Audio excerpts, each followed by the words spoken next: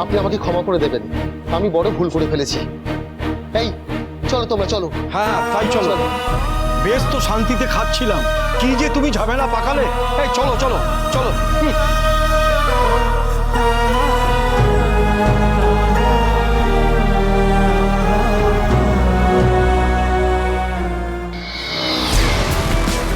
খুব দুশ্চিন্তায় পড়ে গেছো না বৌমনি? তুমি ভেবেছিলে যে ওই লোকগুলোকে দিয়ে দাদাকে প্রথমে মারবে, তারপর চোরের অপবাদ দিয়ে বাড়ি থেকে তাড়িয়ে দেবে, কিন্তু সেই সব তো কিছুই হলো না বৌমনি। এসব কি বলছো মেজবু?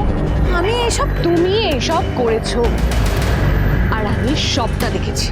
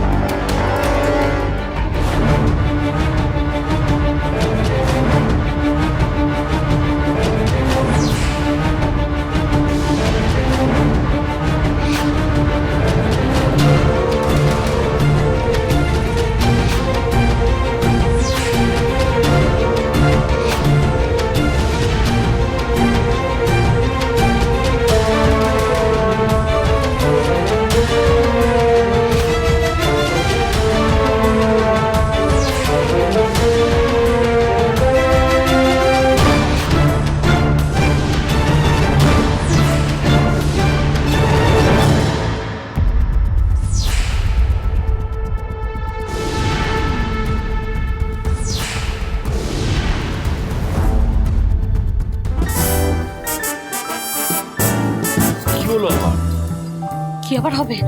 আমি দেখছি বড় বৌদি আবার আমার কাপড়ে কিছু গুঁজে দেয়নি তো। আমি শুধু চোরের উপরে বাটপাড়ি করেছি। দাদার পকেট থেকে পার্সটা নিয়ে আমি টেবিলের তলায় ফেলে দিয়েছি।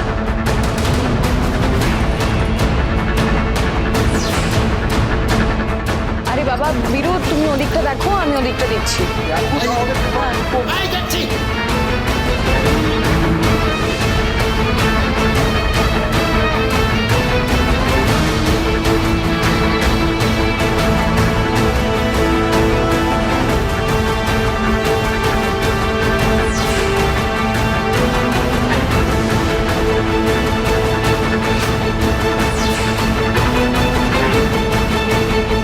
ভালো মনে আছে, পার্স সঙ্গে করে নিয়ে এসেছিলাম, পাচ্ছি না।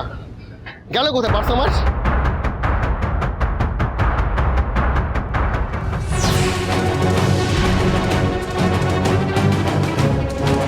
আর বীরু পাইস হোটেলের এদিক ওদিক খুঁজতে গিয়ে ওই পার্সটা খুঁজে পায়। আর আমি ফিরে আসতেই আমাকে পার্সটা দেয় আর বলে কিছু লোক দাদাকে চোর বলে মারধর করতে যাচ্ছে। কেন বললে বৌমনি এরকম? শোনো ঠাকুরপো, এইসব না মেজো বউয়ের মন গড়া কথা। হ্যাঁ, আর তুমি তো তোমার বউকে চোখে হারাও। তোমার কাছে তো তোমার বউয়ের কথা ছাড়া আমাদের বাকি সবার কথা মিথ্যে। তুমি তো তোমার বউয়ের কথা উঠবস করো, তোমাকে এসব বলে কোনো লাভ নেই। তবে আমি কিন্তু একটা কথা পরিষ্কার করে বলে রাখছি, আমি এসব কিচ্ছু করিনি, কিচ্ছু না। বৌমনি, তুমি আমাদের সবাইকে চারটে মিথ্যে কথা বলে দিতেই পারো, কিন্তু তুমি নিজের কাছে কি জবাবদিহি করবে?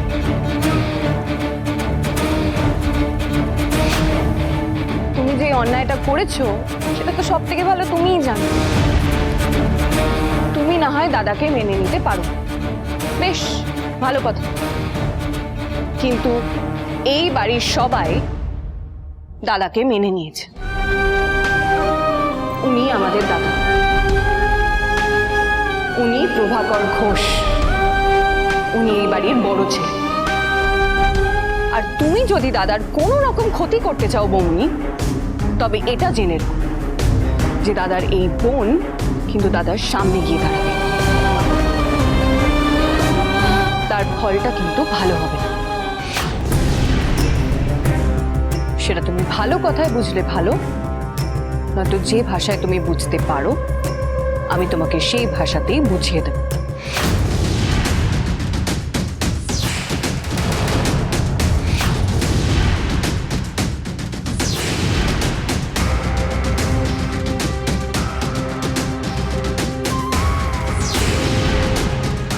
দাদার আর কোনো ক্ষতি আমি হতে দেব না।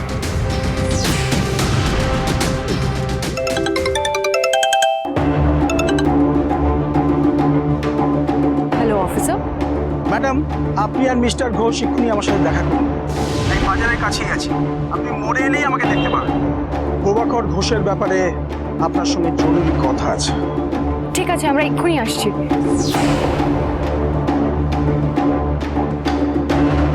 অফিসার ফোন করেছিলেন, বাজারের মোড়ের দিকেই আছে, আমাদেরকে এক্ষুনি যেতে বললেন। কি দরকারি কথা আছে নাকি?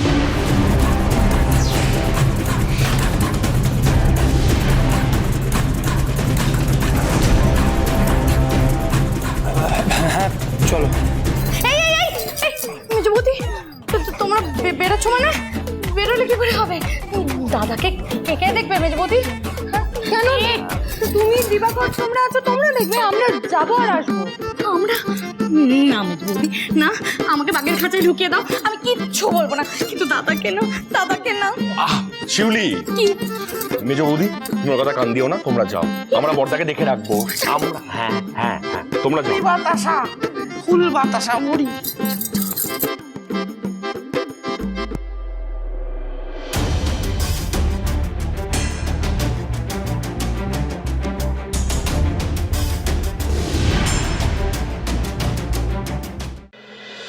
রসগোল্লা খাবি?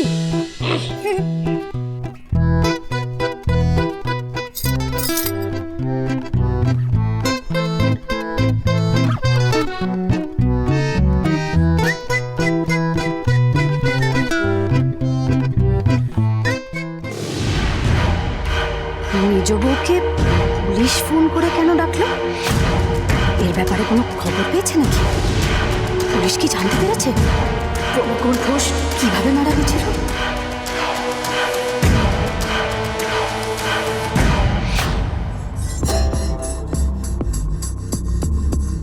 প্রভাকর ঘোষ কিভাবে মারা গেছিল সেটা তার সাথে গঙ্গার অতলে তলিয়ে গেছিল।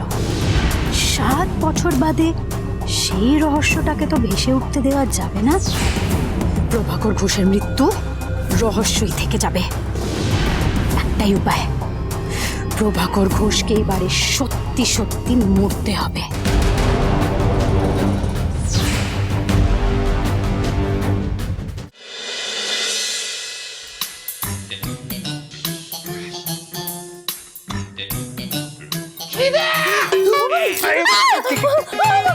বলো, চিৎকার করছো কেন? আমি তো বাবা রে, আমার তো ভয় হাততারাম খাতা তারা হয়ে যাচ্ছিল গো।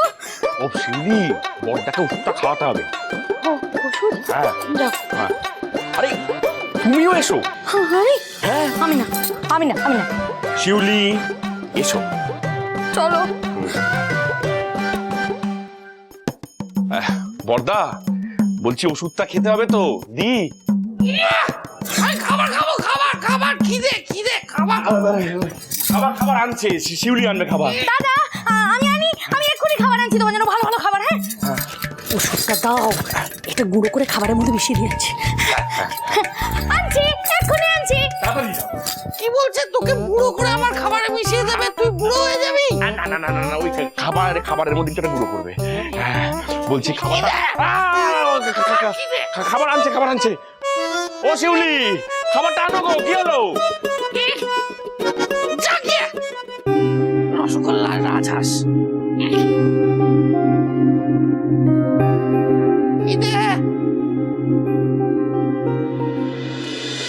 আপনি ঠিক গেস করেছিলেন ম্যাডাম। আজ থেকে ঠিক 7 বছর আগে এই মহালয়ার দিন প্রভাকর ঘোষ গঙ্গায় ডুবে মারা গেছিলেন। উনি মারা যাননি। ম্যাডাম, সেটা তো আপনারা বললে হবে না, আইনত প্রমাণ করতে হবে। হ্যাঁ, আপনাদের তো একটা কথা জানানোই হয়নি। ওই দিনকে আরেকটা ফ্যামিলি এসে মিসিং ডায়েরি করেছিল। একটা লোক গঙ্গায় মাছ ধরতে গিয়ে তলিয়ে যায়, তার বডি এখনো খুঁজে পাওয়া যায়। রেকর্ডে লোকটার যা বর্ণনা আছে তার সঙ্গে প্রভাকর ঘোষের বর্ণনা হুবহু মিলে যাচ্ছে।